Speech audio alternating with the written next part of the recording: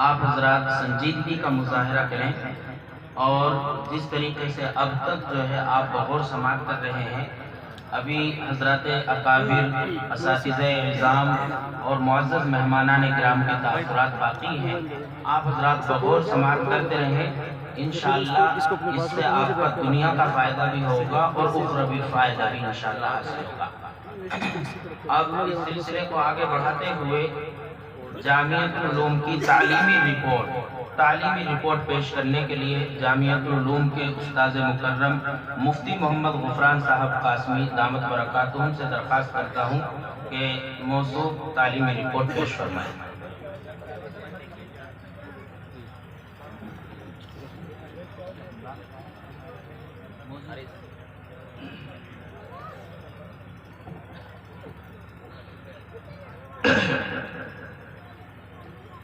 بسم اللہ الرحمن الرحیم۔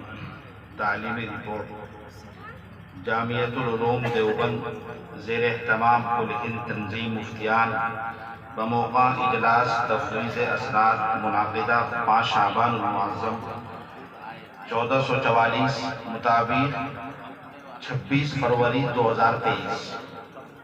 الحمدللہ الذی اکرم الانسان بالعلوم الالہیہ والدین الحنیف والصلاة والسلام على النبي الذي بعث إلى جميع الناس ليخرجهم من الظلمات إلى النور ومن الضلال إلى الصراط المستقيم وعلى آله وأصحابه وأتباعه الذين فازوا بالعلم وتفوقوا بالفقه والتفهيم وبعض۔ حضرت سیدنا آدم علیہ السلام پہلے انسان ہیں جن کو اس کرۂ ارضی پر آسمانوں سے اتارا گیا اور انہی کے توسط سے تمام عالم میں مرد و زن کی کثرت کثیرہ وجود میں آئی ہے۔ لیکن حضرت آدم علیہ السلام کو زمین پر بھیجنے سے پہلے ایک علمی شرف سے یہی نہیں کہ سرفراز کیا گیا بلکہ ملائکہ کے مقابل امتیاز سے نوازا گیا۔ قرآن کریم میں اس واقعے کی حقانیت پر مہر ثبت کرتے ہوئے فرمایا ہے وَعَلَّمَ آدَمَ الْأَسْمَاءَ كُلَّهَا ثُمَّ عَرَضَهُمْ عَلَى الْمَلَائِكَةِ یہ میدان علم میں انسان و انسانیت کا آغاز تھا۔ اس کے بعد اس کے عالم رنگبو میں انبیاء علیہ السلام اور ان کے متبعین آتے گئے اور علم اپنے مراحل طے کرتے ہوئے اپنی آخری منزل کی طرف رواں رہا۔ انسانیت طفولیت سے رجولت اور پھر شیوخت کی طرف گامزن رہی تاکہ امام الانبیاء جناب محمد رسول اللہ صلی اللہ علیہ وسلم تشریف لائے اور اعلان فرمائے کہ اوتیت علم الاولین والآخرین۔ سامعین بس رسول اکرم صلی اللہ علیہ وسلم کی ذات اقدس کو حضرت حق جل مجدہ نے ایسی جامعیت سے سرفراز فرمایا تھا کہ جس کی کوئی نظیر زمین ہی نہیں، آسمانوں پر بھی تلاش نہیں کی جا سکتی۔ لیکن اس کے بعد اس شجر بے مثل سے شاخیں الگ الگ ہو گئی اور رجال کار میں کسی کو دین کے ایک میدان میں تفوق حاصل ہوا تو دوسرے کو کسی دوسرے میدان میں امتیاز میسر آیا، اور عالم اسلام میں کوئی مفسر، کوئی محدث، کوئی فقیہ، کوئی ادیب، کوئی علوم عالیہ کا اور کوئی علوم عالیہ کا ماہر پیدا ہوا۔ کسی پر غلبہ شریعت کا رہا اور کسی کو طریقت کے مجالات عدیدہ میں خدمت کے مواقع عطا کیے گئے۔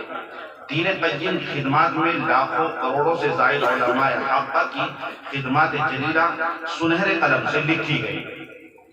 علم ربانی کے پاسبانوں، اللہ تعالیٰ نے دیوبند کی اس زمین کو ایسے گراں قدر علماء سے نوازا کہ جن کو علوم شریعت کے ساتھ احکام اسلامی کے اسرار و رموز بھی عطا کیے اور سلوک و تصوف کے گوہر سے بھی نوازا گیا، جس کے نتیجے میں قاسم العلوم والخیرات حضرت مولانا محمد قاسم نانوتوی رحمہ اللہ اور فقیہ النفس حضرت مولانا رشید احمد گنگوہی علیہ الرحمہ اور ان کے رفقائے کار کی کاوشوں سے دارالعلوم دیوبند نے پورے عالم میں دینی بیداری اور احکام اسلامی کے استحکام کے لیے بے مثل خدمات انجام دی ہیں۔ انہی خدمات کی تسلسل کی ایک کڑی کل ہند تنظیم مفتیان کی زیر نگرانی جامعۃ العلوم دیوبند بھی ایک اہم ادارے کی حیثیت سے منصع شہود پر ہے۔ یہاں پر فقہ اسلامی کے ماہرین مفتیان کرام و قضات نظام تیار کیے جاتے ہیں شعبہ افتاء اور شعبہ قضا کی تعلیم جاری ہے۔ درجہ دینیات، حفظ و ناظرہ اور تجوید کے ساتھ الجمع بین القدیم الصالح والجدید النافع کے اصول کو اپناتے ہوئے انگلش میڈیم اسکول بھی قائم کیا گیا ہے۔ چھوٹے بچے داخلہ لے کر اپنی تعلیم کا آغاز کرتے ہیں تو انہیں ہاف ٹائم اسکول پڑھایا جاتا ہے اور ہاف ٹائم مدرسے کی تعلیم دی جاتی ہے۔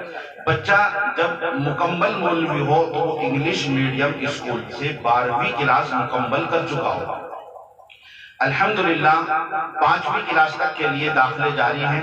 تاریخ اور حالات کے تناظر میں اس شعبے کی ضرورت شدید ہے، اس لیے ملت کا درد رکھنے والے حضرات کو اس طرف خصوصی توجہ کی ضرورت ہے۔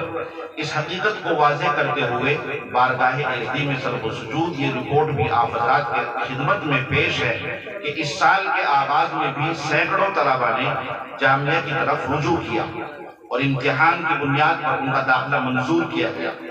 ماہر اساتذہ کی نگرانی میں تعلیم و تدریس کا سلسلہ جاری رہا۔ ششماہی امتحان کا انعقاد کیا گیا اور پھر سالانہ امتحان کے بعد نتائج آپ کے سامنے ہیں۔ ہر سال طلبہ کی تعداد زیادہ ہی رہی ہے، لیکن کرونا دور کے اثرات کی وجہ سے اس سال شعبہ افتاء کے فارغین کی تعداد 55 ہے۔ شعبہ قضا سے 3 طلبہ فارغ ہو رہے ہیں اور باقی شعبوں کے نتائج بھی قابل اطمینان ہیں۔ سالانہ امتحان میں اول پوزیشن حاصل کرنے والے طلبہ مفتی محمد بلال بنگلور ہیں۔ مفتی محمد بلال بنگلور۔ دوم پوزیشن جو حاصل کی ہے وہ ہے مفتی محمد اقبال کشمیر۔ مفتی محمد اقبال کشمیر۔ سوم پوزیشن جس نے حاصل کی ہے وہ ہے مفتی محمد سید زین بنگلور۔ مفتی محمد سید زین بنگلور۔ الحمدللہ پوزیشن حاصل کرنے والے طلبہ کو جامعہ کی طرف سے خصوصی انعامات بھی دیے جائیں گے۔ دعا ہے کہ جامعہ ترقی کی طرف گامزن رہے اور فضلاء و علماء اپنی ذمہ داریوں کو پورا کرنے میں کامیاب رہیں۔ والسلام۔